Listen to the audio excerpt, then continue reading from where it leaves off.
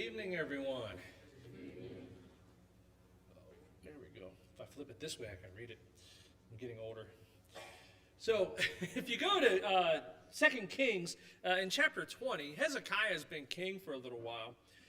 But in chapter 20, we find that Hezekiah goes ill. He's told by the prophet, he says, set your house in order. He says, you're not going to recover from this illness. Hezekiah prays very fervently. The Lord hears his prayer, tells the prophet, go back, tell him you'll be fine. I'll give you 15 more years. Wonderful. He recovers. Everything's great. Everything's going very well. Hezekiah has done a great job so far.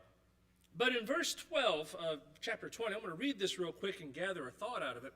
He says, at that time, Merodach-Baladan, the son of Baladan, king of Babylon, sent envoys with letters and a present to Hezekiah, for he had heard that Hezekiah had been sick. And Hezekiah welcomed them, and he showed them all his treasure house, the silver, the gold, the spices, the precious oil, his armory, and all that was found in his storehouses. There was nothing in his house or in all his realm that Hezekiah did not show them. So interestingly enough, envoys are sent, and whether he was really checking up to make sure, I'm glad you're feeling better, or whether he was really looking to see what the kingdom looked like to know if they were ripe for the plucking or not, you know how those Babylonian kings were. Regardless, the thing that happens is when he gets there, Hezekiah says, I'm doing great. Matter of fact, you want to know how great I'm doing? Let me show you all my stuff. And he takes him to the storehouses, and he takes him through his armory, and he takes him to look at everything he had. Look how powerful and how wealthy and how well off I am. And things are about to go sideways for him because of his pride. Because if you continue on there, in verse 14, he says, then Isaiah the prophet came to the King Hezekiah, and said to him, what did these men say? And from where did they come? Hezekiah said, they have come from a far country, from Babylon. He said, what have they seen in your house? And Hezekiah answered, they have seen all that is in my house. There is nothing in my storehouses that I did not show them. Interestingly enough, as you go through this, his answer, I mean, just the writing that's here talks about, you kind of figure the idea that he's taking a lot of pride in everything that he's got and all he's got stored up. But it's interesting when Isaiah comes and says, so who came by? Who's at the door, right? Kids do that to us all the time. Who's that?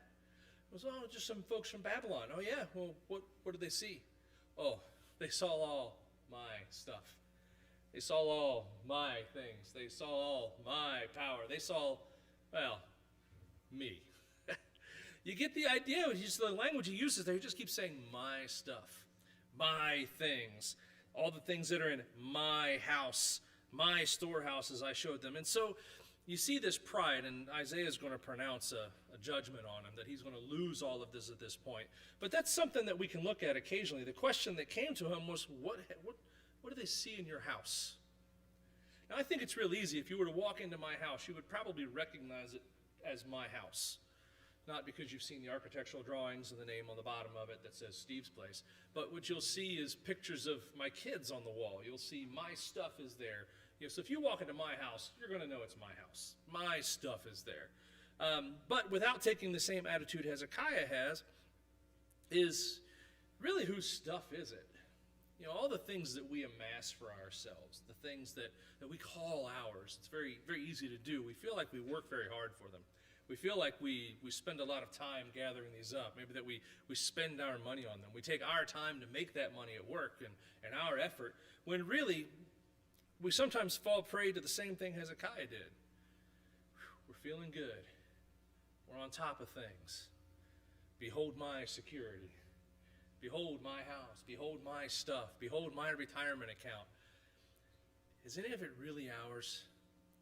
Hezekiah learned the hard way that it really wasn't his. No, he was a steward of it. It was his to use in service of the kingdom and in service of God. And we find the same thing with ourselves today, that we're just stewards of what's given to us. All of it is given to us, no matter how hard we work or how much time we spend getting it, how much of our education we spend getting it, no matter what knowledge we expend to get it. It's still all a gift from God, and it's all his. And if we take the same attitude Hezekiah had, we're going to end up in the same boat Hezekiah had, or ended up in. Because in the end, he's very proud of all his stuff. He's very proud of all his power. He's very proud of all his might. He's very proud of his kingdom. There's a problem. It's not his kingdom. It's not his stuff. It's not his power, and it's not his might. We need to be careful we don't fall into the same trap there, because he's going to continue on. In verse 16, Isaiah says to Hezekiah, "Hear the word of the Lord. Behold, the days are coming when all that is in your house, and that which your fathers have stored up unto this day." I like that. You didn't gather this, your fathers did. "But your fathers have stored up unto this day shall be carried to Babylon. Nothing shall be left, says the Lord." He goes on to talk about his sons and his family would be carried away and done away with. Everything that he had taken such pride in, to say that this is my security. This is what, again, this is why I go back to the Babylonian kings, kind of like, probably just kind of sizing them up to see if things are in turmoil. I hear the king's been sick. It's not like they were emailing back and forth and knowing these things immediately. He hears news. A few months later, somebody shows up. Great. A few months later, somebody comes back with the news. It's been half a year, and you find out he's doing just fine. So he's looking for news possibly here, and Hezekiah's like, "Look at my security. You see my storehouses? Lay siege to us. We'll outlast you. Attack us. My army is greater." All of that, God says, "I'm taking it away from you. I'm taking it away from you." And ironically, who does he give it to? The Babylonians, the same folks he's trying to impress here. And so what I want to take a look at for a moment is just, or we should all, I hope, take a look at for a moment at least, is to take a look at what's in our house. When the Lord asks us, "What have they seen in thy house?" is our answer, "All my stuff, all my hard work, all of my security." Or is our answer, "Anything you want to use, Lord, that's what you'll find in my house. It's yours anyway." That's one of the things that's so wonderful, that you look back at the idea that when we give on Sunday, are we really giving him anything that's not his, or are we just returning something? That's why we tend to say we're just returning a portion of what you've blessed us with, is some version of that phrase usually happens. He's given it to us. He asks for some of it back. And in the end, isn't that part of being the living sacrifice as well? As we have gained, we give. And we're prepared to give. And again, there was nothing wrong with Hezekiah being extremely wealthy and extremely powerful. What was wrong was when he suddenly forgot why he was wealthy and why he was powerful, why he was able to spice up his food, which apparently was a thing then that was really, you were supposed to be fancy for. But why? It was all God giving to him. His fathers storing it up for him. He forgot that. He took all that credit for himself, and God let him know, "Yeah, I'll take it all away too." And that's exactly what happened. The Babylonians would come in. The Babylonians would take it all. They would take people. They would kill people. Everything that Hezekiah was so proud of, gone. Taken. Stolen. Taken into exile with the people. And so, again, we see God's attitude towards people who are prideful about the things that he's given us stewardship over. And so it's something to watch out for, because we all have some very nice things. And it is real easy to think about after we've been at work for 40, 60, 70 hours a week in some cases, and we work real hard to get those things, and it is real easy to go, "I love my stuff."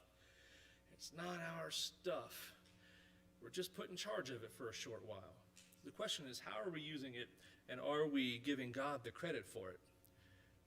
Based on how I read the Old Testament and New Testament, God would have had a very different conversation with Hezekiah if he'd have been, "See what the Lord has given me. See what the Lord has blessed us with. See how the Lord cares for us." Because people who had those conversations didn't get the end verdict of, "I'm taking it all away." So the Lord giveth, the Lord taketh away. It's all in his good measure and his good need for us to have what we have. And so let's make sure we're using it for what it should be used for, and never be so prideful to think that it's ours, or that we did something so wonderful and so great for it. It can be a trap. It was to Hezekiah, and I posit to you that we are not better than Hezekiah. We simply live in a more technologically advanced age. So our toys get a little different. But we can still have the same attitude he had. And let's make sure that we don't. Always watch and make sure that we are understanding that it's all from God. They're all from him, and it's all to be used for his glory. And never hesitate to admit that or to use it. And right now, we've been blessed with some water up here. And if there's something that needs to be done, and I'm blessed with a whole group of people here, and we're willing to use either one, the water for the first time through baptism, or this whole group of people here to sit with you, to pray with you, to whatever is needed, we're ready for it. We've got opportunity now, and if there's something that you need from the church, now is an excellent time to let us know about it, if you would, perhaps while we stand and sing.